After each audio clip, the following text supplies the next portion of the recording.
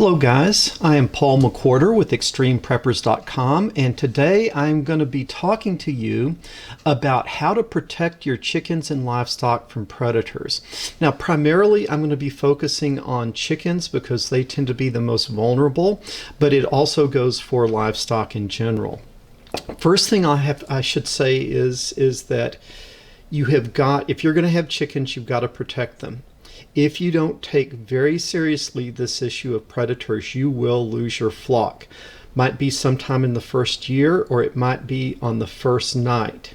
Okay, because the way a lot of these predators work is they won't just come in and take one chicken. If a raccoon gets into your chicken coop, they will wipe them all out. And I don't understand why they're this way. I don't know why they do this. You would think even it would be in the raccoon's best interest to come every week or two and just take a chicken. But no, they will. If they get in your coop, they will kill every single chicken.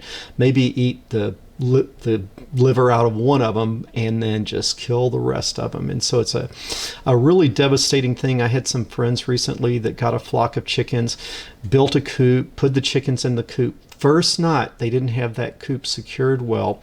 Raccoon got in and slaughtered every single chicken. So this is something that if we are going to keep chickens, we've got to take very seriously. We've got to take the issue of predator control very seriously.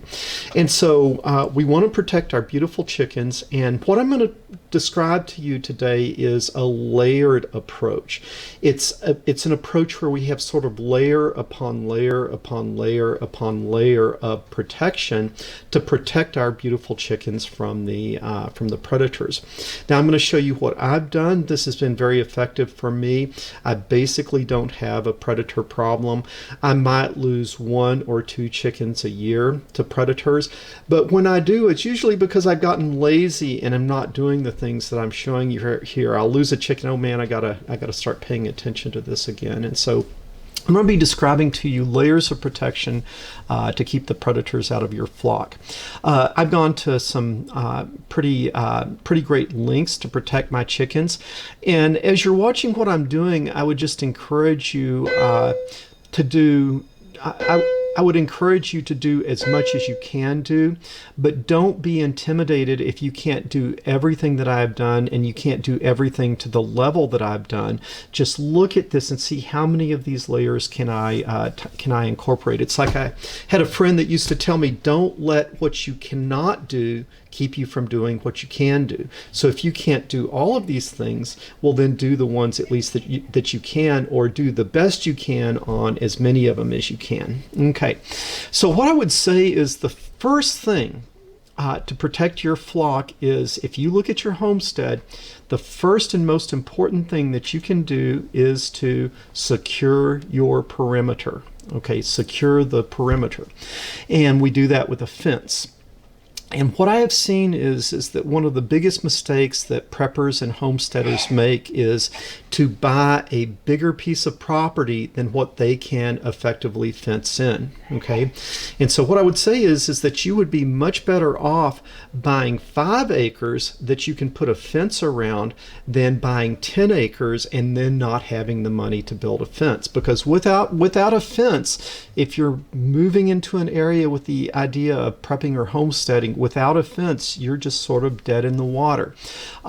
There's a lot of reasons you need a fence. First of all, in most areas of the country, deer can be a problem. If you are not able to keep the deer out of your property, you can forget ever having a garden. Okay, also fruit trees. If the deer get on your property, there's a certain time of year where the antlers of the deer start itching and they want to scratch them, and so they go and they rub on trees and they rub the bark off and it kills the trees. And so one night with deer on your property will wipe out a garden. It will wipe out an orchard. And so we really made a pretty significant investment in our fence. The fence is an 8-foot fence. That keeps the deer out. You can see that we have barbed wire at the top.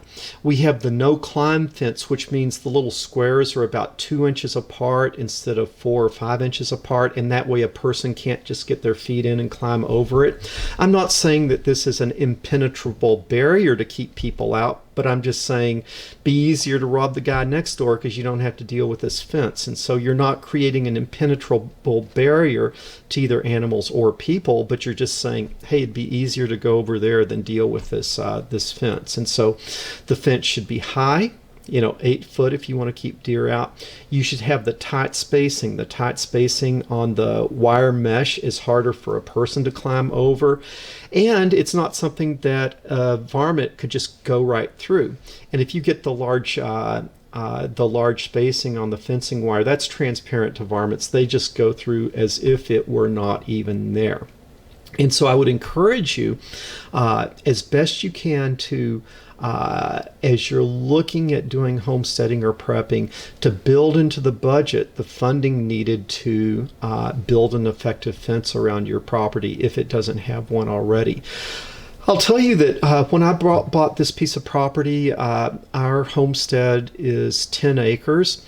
It did not have a fence, and I was kind of surprised at how much the fence cost. I spent half of what the property cost to build the fence. So you think, oh, I've got this property, and you think, man, what you spend on that property, you could spend half that much again on getting a fence. And so just keep the fence in mind when you're buying a property, because it's much easier to deal with the issues of your garden to deal with the issues of your garden, or to deal with the issues of protecting your livestock or your chickens, if you have a secure perimeter. Besides just the fence that's going around the property, you also have to think about the gate.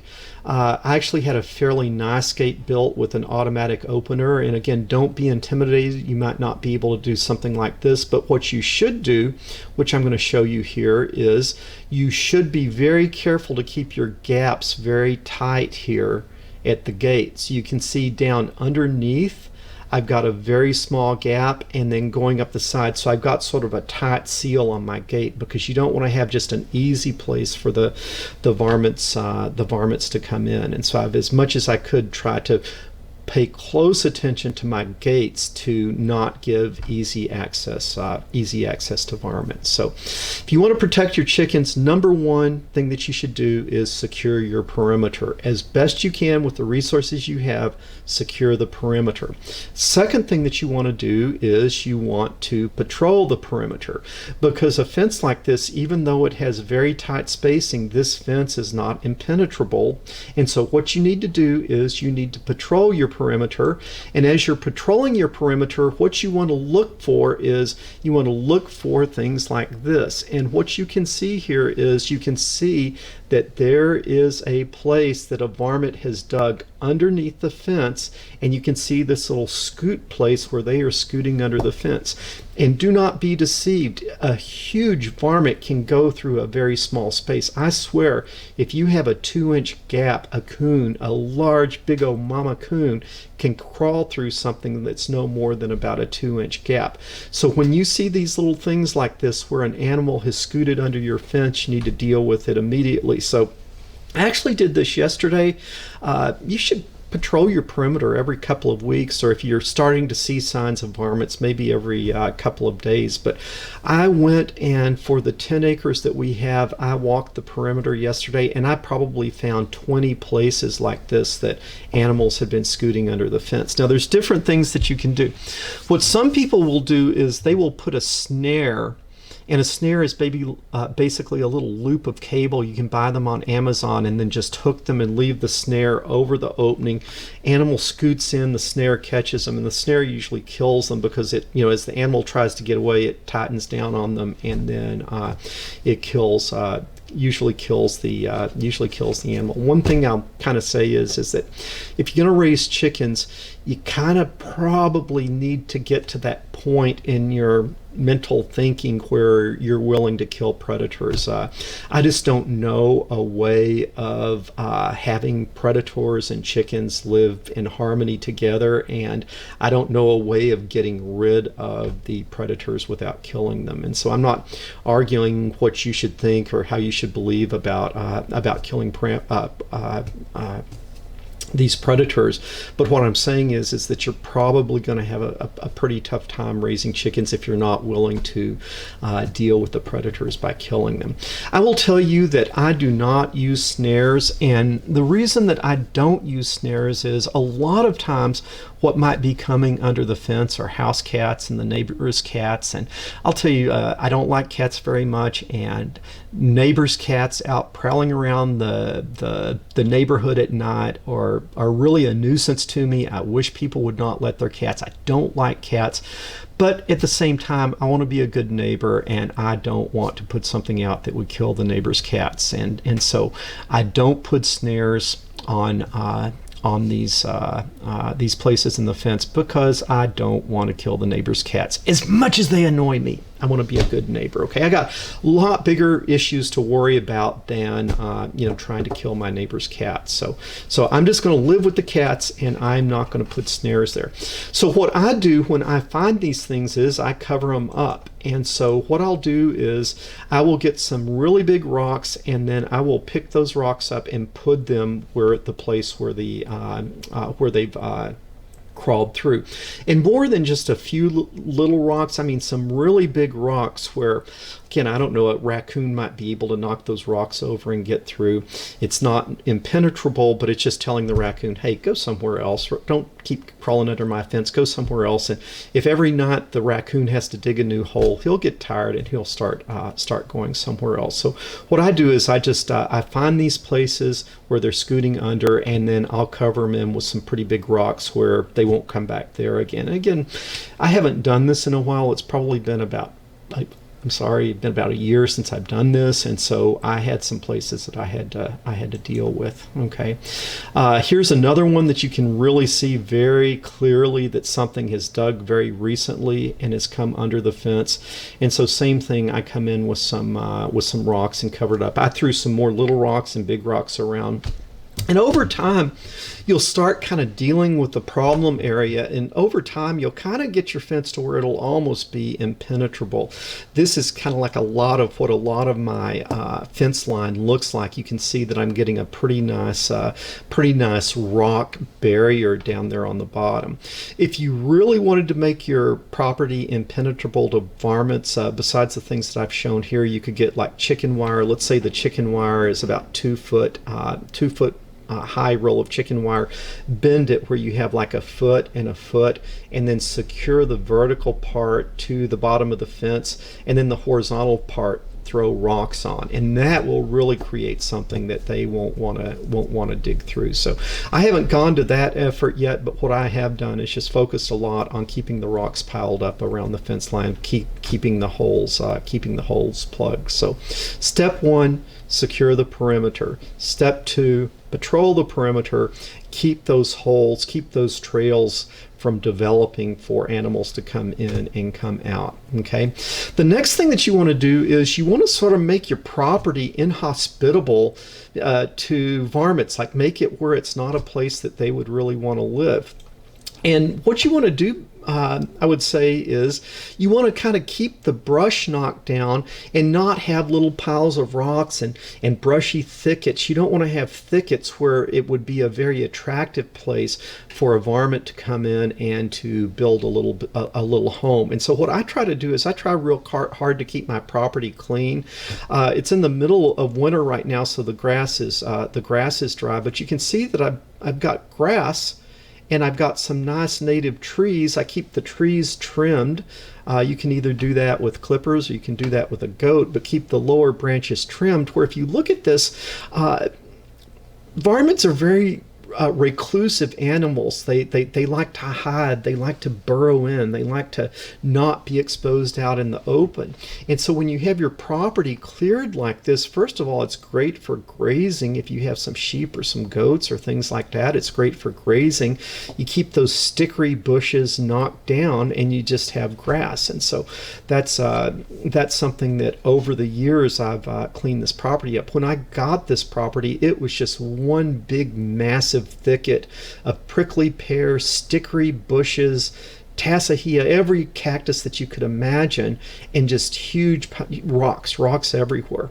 The way I cleared the property was I got a little Kubota tractor and I just go out and I just throw rocks into the bucket of the Kubota, and then I would kind of mow things down with the brush hog. And I know that they tell you not to mow cactus, but what I found is that if you just kind of kept mowing it, they would eventually give up and go away. And so the thing is, though, you've got to pick the rocks up so that you can use the brush hog or use the mower. So if you can pick the rocks up and then mow, eventually the brush and the cactus will give up and you'll just end up with nice grass. Took a few years to do this, but what I did was just every time I mowed the property, it started with just a little bitty circle around the house. Every time I mowed the property, I would go one more row over and kind of go around the perimeter, taking up rocks, and then I could mow that. Then next time, a month later when I mowed, I would go one more row over, get the rocks out, and then I've just sort of basically gone all the way out to where now I've got the 10 acres cleared of rocks. I can mow it, and it's clear of the thorny bushes and the thickets. And so now when you look at it, I have a place that doesn't look very attractive. A varmint doesn't want to move in there because he doesn't have that cover in that thicket that he would burrow into. So number one, secure your perimeter. Number two, patrol the perimeter. Number three, start getting rid of the habitat for varmints and make it more of a habitat for grazing animals.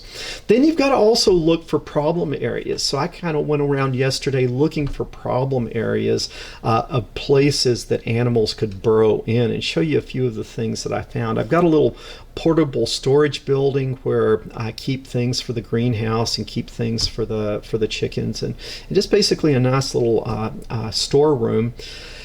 And it has a little porch on it, and then if you look here at the edge of the porch, you can see that something is tunneled under that porch, and you can see there's a little crawl space in there, and so something has gone in there and made itself a very, very nice little cave under the porch.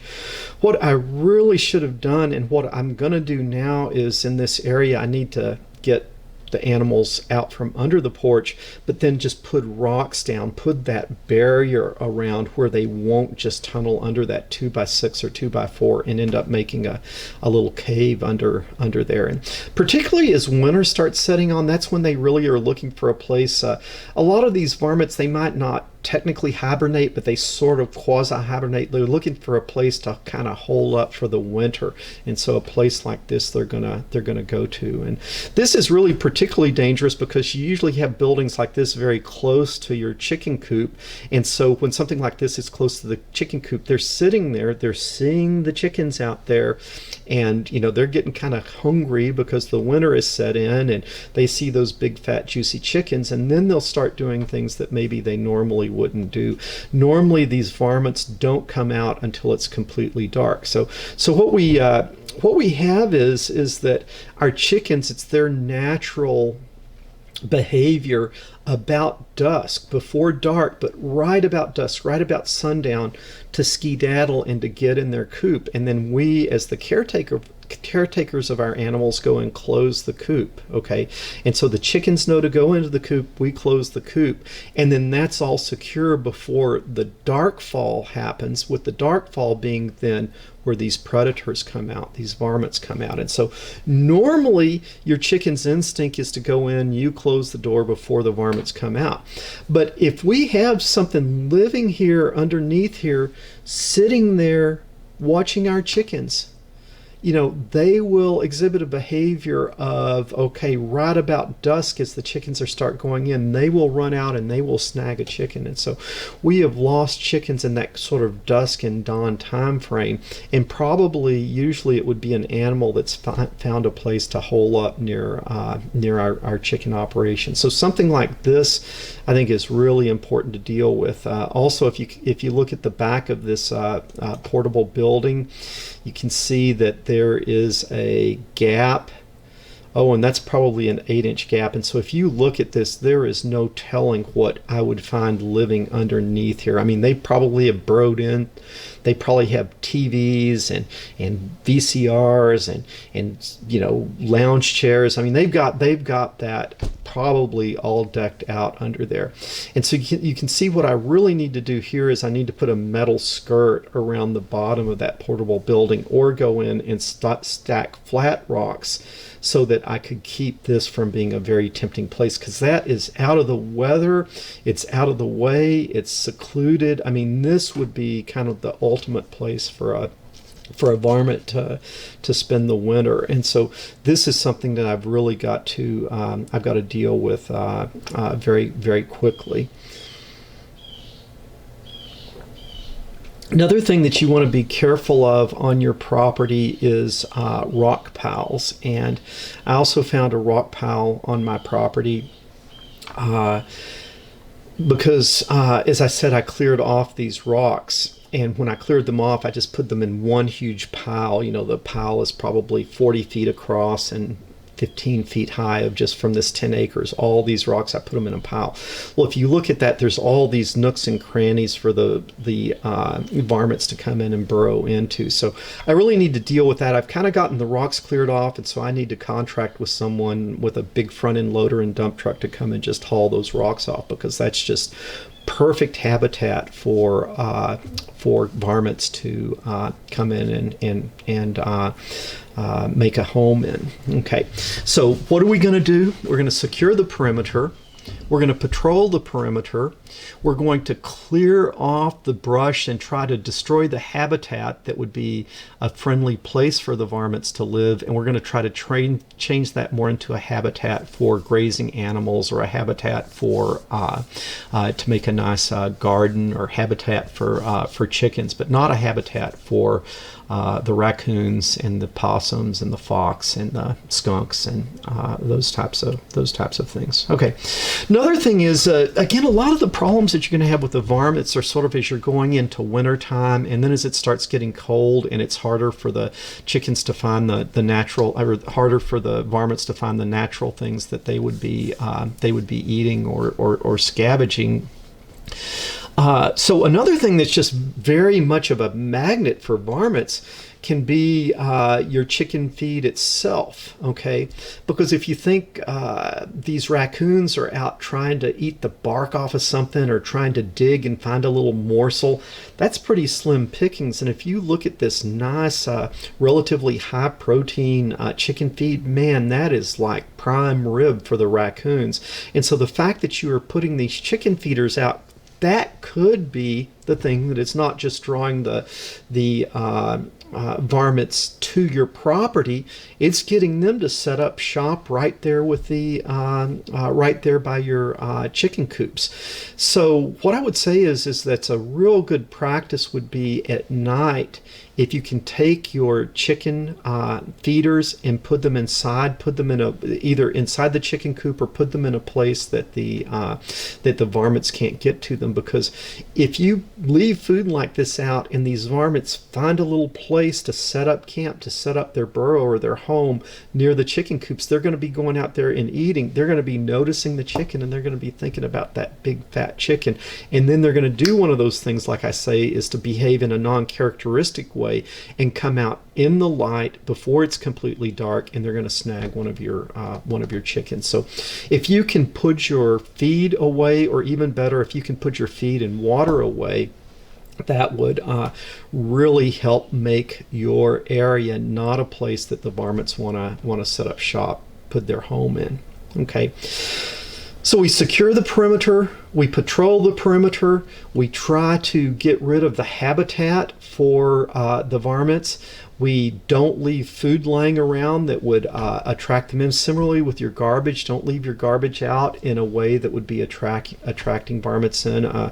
Raccoons and things, they like any type of scrap. They're scavengers, and they are they're scavengers, and they're sort of hunter-gatherers. They'll go and they'll eat just about anything. So you got to be real careful with things about garbage or chicken food or other animal food, dog food, cat food. They absolutely love dog food and cat food. So leaving that outside, you're just calling in these predators, and then once they're in, they're going to look and they're going to start paying attention to your chickens.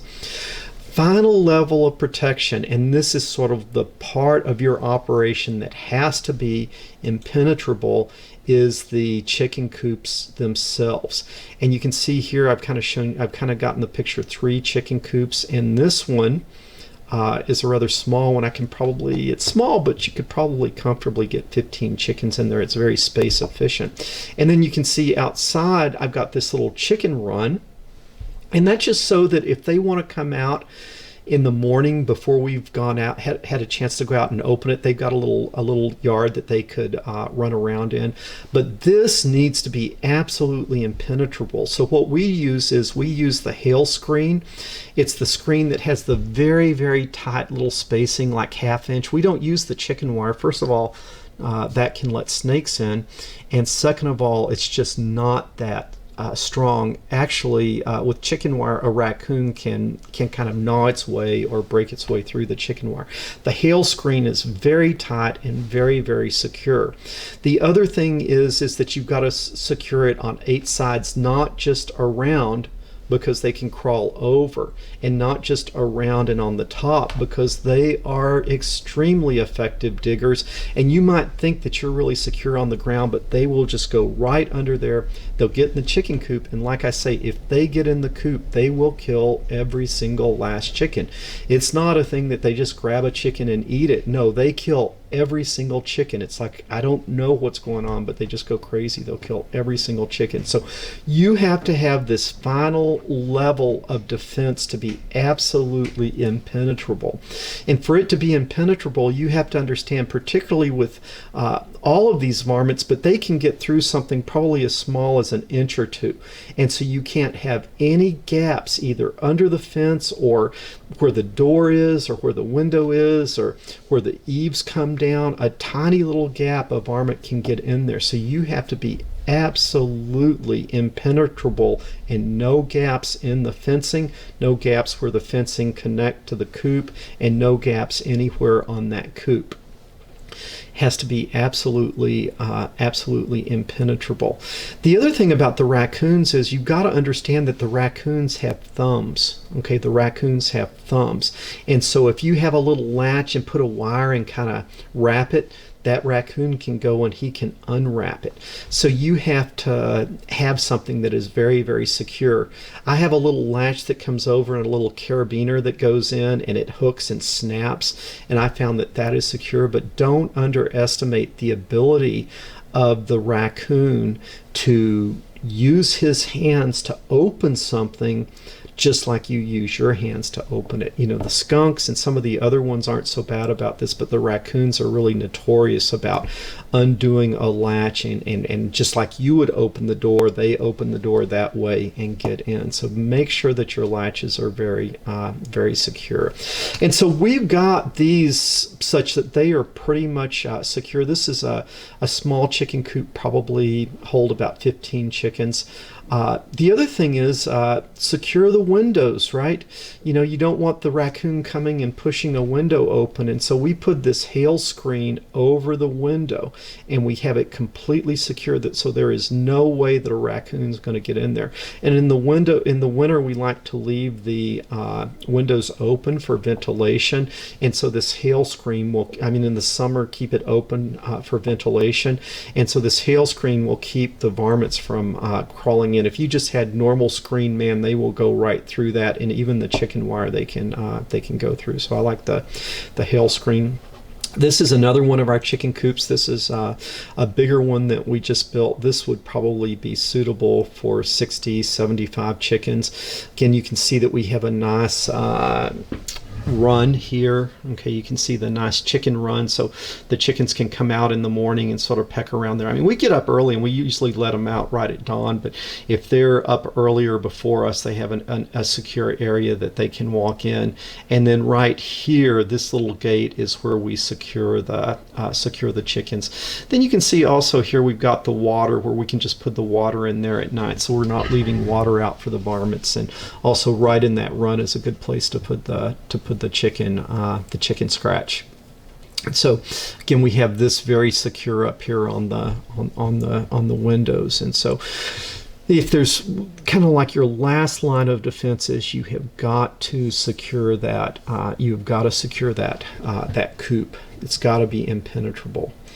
And then this is the third chicken coop we have. This is usually where we, if we have a new batch of chickens, we'll put them in this one and give them a place to kind of brood them for a brooder and a place to raise them, and then we'll let them out when they get a little bigger. But while they're being raised and still small, you can see they've got this run back here that is completely secure. Again, we put the hail screen all the way on the bottom. We put the hail screen underneath it. So even if something tried to dig in when they come up, they're just going to hit that hail screen. That this we make absolutely impenetrable. Okay, now with all of this, you still need to be patrolling your property, and you need to be looking for signs to see that you actually have a predator on the property, right? We're doing all of these things, but you want to be looking for signs that would show you that despite of all the things you've done, you have a predator. And when you see these signs of a predator, you have to take immediate action. It's no more like, oh, I'm just using good principles, I'm using good predator control practices. When you start seeing sign of a predator, you have got to deal with it, because if you don't deal with it, he's going to get your chickens. All right, because like I say, normally they don't come out during the day. Normally they will only come out at night.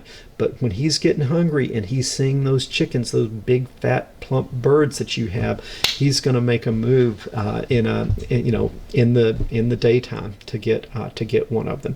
And so how do you know if you have what sign do you look for that you have a predator? Well, you look for their poop, okay? And what does poop look like? This is skunk poop, okay? And how do you know if it's a varmint poop? Well, I would kind of say you sort of know what a cat poop looks like. You sort of know what a dog poop looks like. Our cats and dogs are usually eating cat food and dog food, so it's kind of like very uniform, to where the varmints are scavenging, and because they're scavenging, you see a lot more discontinuity and lack of uniformity. So you can see chunks and bits and all this different stuff. It looks like a bunch of seeds in here that he's been eating. You might see kind of some bones, like something has eaten a mouse. And so you see a lot more irregularity, and it just looks very, very distinctive from from what you would expect from a dog or cat. So when you see this, you have got to go into action, and you have got to get rid of the varmint. And that means that we've got to basically trap him. And we'll be talking in a little bit about when you got one, what do you have to do to get rid of it? Because if you don't get rid of it, he's going to get one of your chickens. So this is typically what your skunk poop looks like. And then raccoons have very distinctive poop. And here's some. Again, I found this a couple of days ago when I was taking pictures for this video, walking around, and here is raccoon poop. I don't know if it's just in my area, but raccoon poop, anytime I've ever seen raccoon poop, it's always red. And I think they are eating some sort of berries. They really eat a lot of berries. And because they eat a lot of berries, there's a lot of seeds in their poop, but it's very, very distinctive. And it's not like, well, how am I ever going to find the poop? These animals want to mark their territory. So usually they poop in a very prominent place right in the middle of the road. Where there is a rock in the road, they will poop on top of that rock. And so usually they want to say, hey man, I'm here, this is my territory, there's a new raccoon in town, and boom, they're going to poop in a very prominent place. And so it's not like you have to be going and really, really hunting for it. It's just in a prominent place. Like you can see, this one went right on top of this rock, and a lot of times they'll do that. So when you start finding any of this predator poop or varmint poop around, you have got to spring into action, and you've got to deal with the varmint, or he's going to get your chickens. Of course, you gotta, if you gotta deal with your local laws. Make sure that you understand what the laws are related to disposing of the animals or getting rid of the animals. Follow all your local laws. I can't help you there.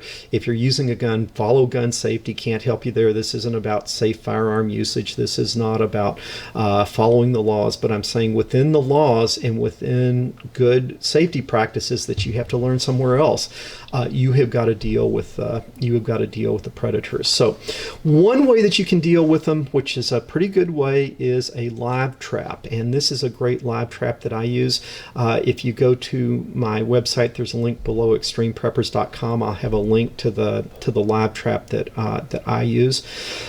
A couple of nice things about a live trap is, one thing is with your problem of stray cats and neighbor's cats. Again, I don't want to kill my neighbor's cats. If the neighbor cat gets in here, I can safely release him without the cat injuring me. So this particular trap, the reason that I like this one is you can open it without sticking your hands in the trap, because if you had to stick your hands in the trap to open the door, that cat or whatever was in there could rip you up. And so this one has a special design where you can open the door without sticking your fingers in it. And so if it's a house cat, you can open it up, let the cat out.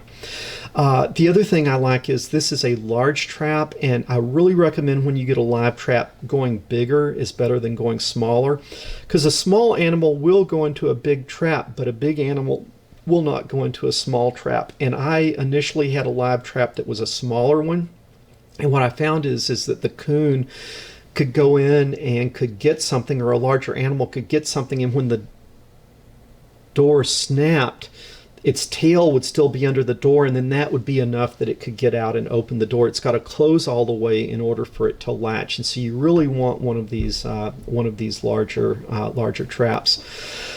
A live trap will go a long way in dealing with your problem. And also, if you really don't want to kill an animal, if you have a live trap, you get a raccoon, maybe you, depending on where you live, you could call the animal control officer, or you could take it to a safe wildlife place. Again, make sure you understand the laws, but find a place that is legal for you to let the animal out.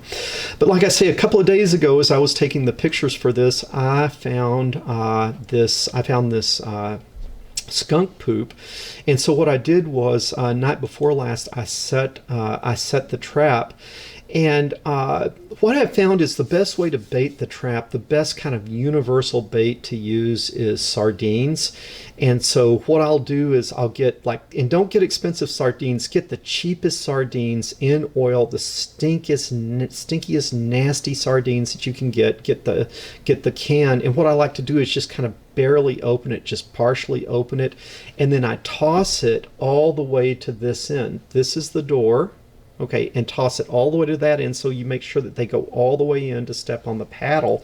And the reason I don't open it all the way up, I want to kind of have it where they've got to fight with it and sort of work at it to get it open, which maximizes the chance that they're going to step on that little paddle that snaps the door on them. And so what I found is the sardines are the absolute best bait. Almost any varmint cannot resist the smell of sardines. They'll go right in, and boom, you've got them. The other thing is, a lot of things, believe it or not, really like marshmallows, and so the marshmallows will work very well as well. So set this night before last. I found this. Okay, realized I had a problem, sprung into action, set this, and then night before last I found the skunk. Now, if you get a skunk, there's really no way that you're gonna. I mean, you've got to be if you're going to put the trap out, you got to make sure you've got a way of dealing with a skunk, which to me means shoot them within the laws and with all the safety things that you need to understand, because there is no way that you are going to open that door without that skunk spraying you so bad in your face that you are going to stench from now on. You will never get that wretched smell off of you. And so if you catch a skunk, you got to be thinking, do you have a way of properly dispatching the skunk? Because you're not going to go and pick that thing up and put him in your car and take him somewhere, right? So if you set the live trap out, you got to think, what are you going to do if you catch if and when you catch the skunk? And so like I say, we shoot the skunk. I usually like to use a little 22, just to go up pow like that.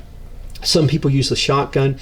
I will say, if you use a shotgun, you got to be real careful of shooting the shotgun through the cage. That the shotgun will typically blow a hole in your live trap, and so that's why I like the 22. You can sort of shoot it, and it doesn't destroy your live trap. So. Live trap works really well. Again, if you go to my Extreme Preppers website, link below, I'll give you some resources for the trap that I have here.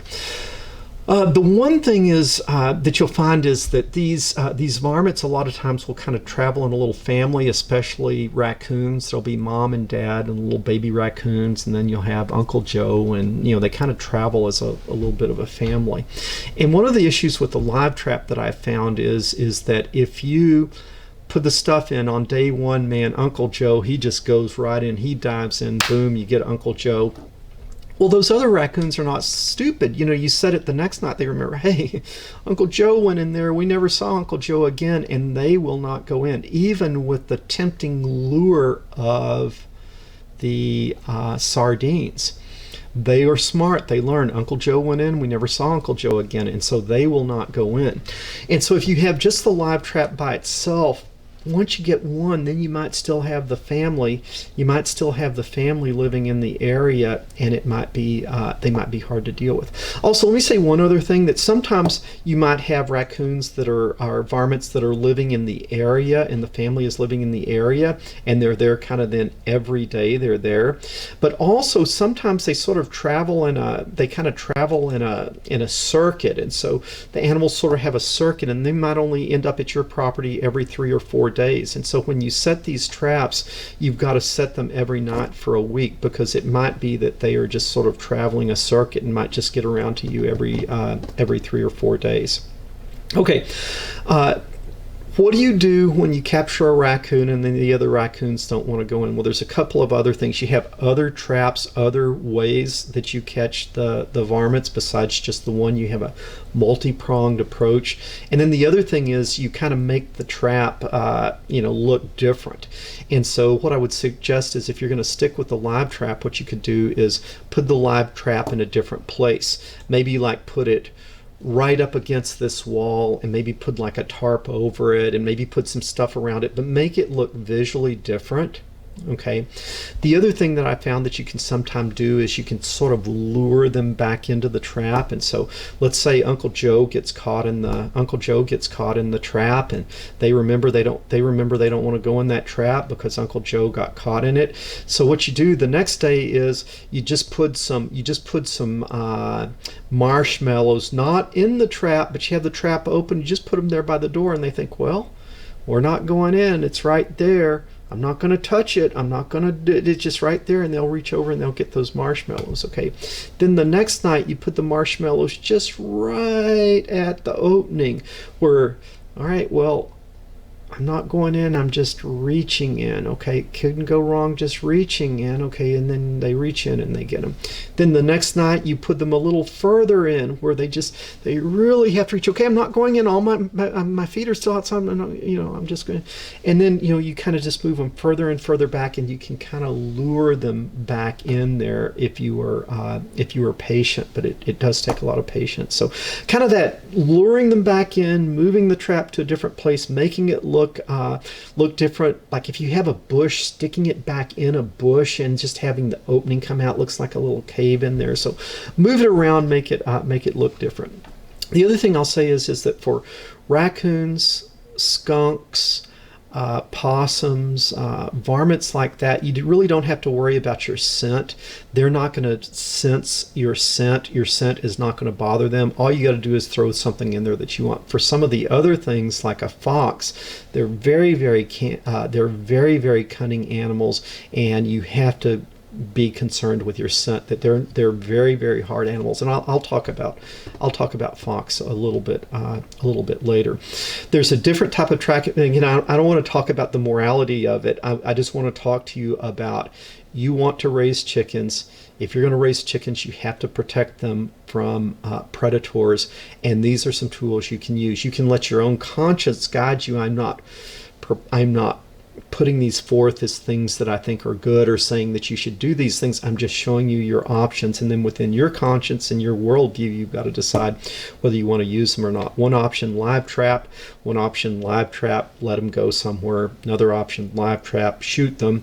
Another option is something like a steel-jawed trap. Okay, when I was growing up in the 70s, 60s, and 70s, very different world. It was there were fur buyers and people trapped, and I was a trapper when I was growing up, and so I learned a lot about steel-jawed traps and trapping things. Now that's no longer politically correct, and so we don't trap animals for their furs. Okay, but I did learn a lot about steel-jawed traps and trapping.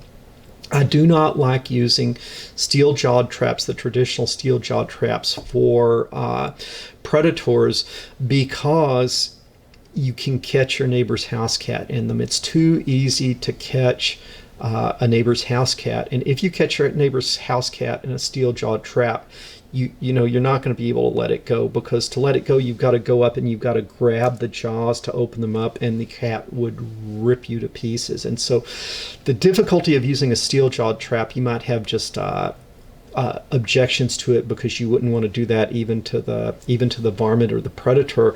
Or even if you say, okay, it's going to be tough if you're a predator and you're getting my chickens, then life's going to be tough, and I'm willing to use the steel-jawed trap. Even there, the problem is the steel-jawed trap can catch the neighbor's cat. Again, check your laws too about what's legal where, because I'm talking about where I live. I don't know what's legal where you live, but I don't use steel-jawed traps because of the fact that you can get a neighbor's house cat, and if you get the neighbor's house cat, there is no letting that cat loose. You're going to have to kill the cat to let it to let it get loose. Okay, there is another snag type trap that you can use for raccoons, and it's called a Coon Cuff. And the nice thing about the Coon Cuff is that you cannot get a house cat in it. The way this works is you pull this, you pull this down, and it's very tightly spring loaded. This is the trap mechanism. I'm having trouble pointing. That's the little spring mechanism. It holds the spring down, and then you just drop a few marshmallows. You drop a few marshmallows down in that tunnel. And what happens is the raccoon, with his little thumbs, will reach in there and try to pull out the marshmallows. And when he tries to pull out the marshmallows, the trigger is sprung, and then the thing grabs his hand, and then you got him, and then in the morning you dispose of him. Again, you're not going to let him loose from this thing because he'd rip you up. So if you use this, you've got to kind of realize that you got to kill the raccoon. And if that's not legal, or if that's not safe, or if that's not something that you consciously, your conscience allows you to do, then you shouldn't use this. Nice thing about this, it is very effective for raccoons because they love marshmallows. They will reach down in there, they'll grab it, and then you got them. I actually put one of these out last night because, remember, 2 days ago when I was making my rounds to put the pictures together for this video, I found that I did have a raccoon. And so first night I got the skunk, and then last night I had a raccoon in this. And I don't like killing any animals. I really don't like killing animals, but I am the caretaker. God made us stewards of the animals, and I am the caretaker of this homestead, and I am the caretaker of my animals, and therefore I'm not out looking for trouble, but I will do. First of all, I'm not out looking for trouble. Second of all, I'll do everything I can to put out the varmint not welcome sign, make everything I can to make the varmints not welcome. But if they are going to come, and if they're going to threaten my chickens, then I will do what's necessary to protect and to be a good steward and a good caretaker of my chickens. Okay, and so last night I got a raccoon, and then I shot him this morning, and then disposed of him. Okay. So, for most varmints, either the Coon Cuff or the live trap, you can take care of them. The hardest animal to deal with is the fox. And man, if you have fox in your area, then that is a real problem, because the fox are real smart. And they're very cunning, and they almost toy with you. Remember when I was growing up, back in a different day, different age, where it was politically correct to do trapping, fur trapping, I found the fox to be the hardest thing to trap. And in fact, I was never actually able to capture a fox in a trap. And fox have a keen sense of smell, and so they smell your scent, so you have to really not leave your scent anywhere. You're not going to bring you're not going to get a fox into a live trap if you have your scent anywhere there. There's all types of lures and baits and scents that you can use to try to draw the fox in, but I have not had luck with those. I did at one point try to trap a fox, and I did everything so carefully. I completely hid the trap. I put the really delicious bait that the fox would like. I used all the lures that you would make the fox want to come in. And I came the next day, and the bait was gone. The trap had been snapped. The trap had been turned upside down, and the fox took a poop on the trap, letting me know, I got your bait, and I pooped on your trap. There, showed you. Okay. So if you have a fox, and fox will devastate the chickens. You've always heard about leaving the fox in charge of the hen house. Well, the fox will just really decimate your chickens. So if you got a fox problem, you got to deal with it. A fox might be an area where you would want to call in a professional. Some counties have county extension agents or government trappers that will come in and help you deal with a fox. The one thing that I found is that will work with a fox is you can call them, that they're so skittish of everything else, but what they cannot resist is that auditory sound, a call. And the way a call works is a call mimics the sound that a rabbit makes when it dies, right? Normally rabbits don't make any noise. They go their whole life and don't make any noise. But when a rabbit is dying, it just lets out this blood-curdling scream. It sounds like a person screaming at the top of their lungs. And a rabbit lets loose that noise when it's being attacked or being killed. And if you can play that sound, the fox hears it, and it just stimulates them. I want a piece of that, and they just run out from wherever they are, and then you can shoot them. And so there are different ways to do the fox calls. If you go to an outdoor store, you can get like pre-recorded calls where you have like something you hold in your hand and you press a button, and it'll make that. There's things that you can blow, and when you blow in them, it'll make that noise. The ones that you blow, you've got to have some expertise. I mean, you've got to kind of learn how to use them. It's not just you blow and the fox will come running at you. And so I probably recommend the recorded ones. What I found is you can download fox calls. Just say, Google download fox call. You can download it to your phone. The problem is your phone's not loud enough, so you'll need like a speaker system, a Bluetooth speaker system, and then play that call, and then you'll draw them in. But on that, probably at that point, if you're not a real expert, I would really recommend that you call in an expert, because you got to think about what are the laws associated with shooting after dusk, shooting a fox, what time of year is that legal. There's a lot of different things that go into that, so you got to make sure that you're safe, and you got to make sure that you're legal, and those are beyond the scope of what I can talk about here. So with a fox, maybe you've just got to, maybe trying to capture that fox is beyond the skill set that you have of being able to do it legally and do it safely. So maybe you fall back on these other layers of protection, a absolutely impenetrable inner barrier, which is at the chicken coop level, and then doing the best that you can with the resources that you have to secure your perimeter, and then to do the best that you can to kind of eliminate the habit habitat that would be attractive to the fox. Again, getting rid of the brush, getting rid of the rock piles, and having a clear property. Okay, the final predator that I guess you got to deal with would be things like hawks and owls. Owls only come out at night, and so, man, the thing is, close your chickens up at night or close your guineas up at night. I know people, oh, look, the guineas are roosting up in the trees. They know what they're doing. Well, no, the owls will come and they will eat your large fowl at night, so you have to secure them in some sort of coop. But if they're inside at night, you really pretty much don't have to worry about the owls. The other ones are things like hawks, the birds of prey. And I have hawks in the area, but I have not had a problem with the hawks bothering the chickens. And what I found is you just need places for the chickens to run to. You need to have areas that the chickens can run to. Like you can see underneath these trees, the chickens could run underneath these trees. Or let's see, the chickens could run, chickens see a hawk, they could skedaddle and get into these little chicken runs or run into the coop. And I've been outside before and, piddling around, and all of a sudden you see the chickens go whoosh like this. I thought, what is going on? And I look up, there's a hawk. They see the hawk, they will skedaddle.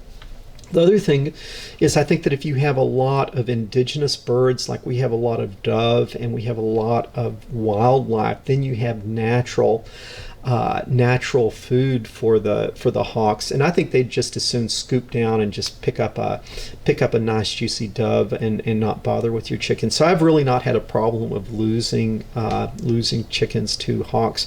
Also, I think that a rooster will put up a pretty good make a hawk fairly unwelcome in the area. So I don't know if you've had other experiences, share them down there, but I've just kind of given you the techniques that I use, and by using these things, I've not had a problem with predators. When I do lose a bird to a predator, it's when I've gotten kind of sloppy. Like I've said, I haven't been patrolling my perimeter. When I did, I looked and I did have some animals, and then I dealt with them. But if you stay on top of most of these things, you can pretty much not lose any birds to predators. Be really eager to hear your comments below. Let me know what your experiences have been.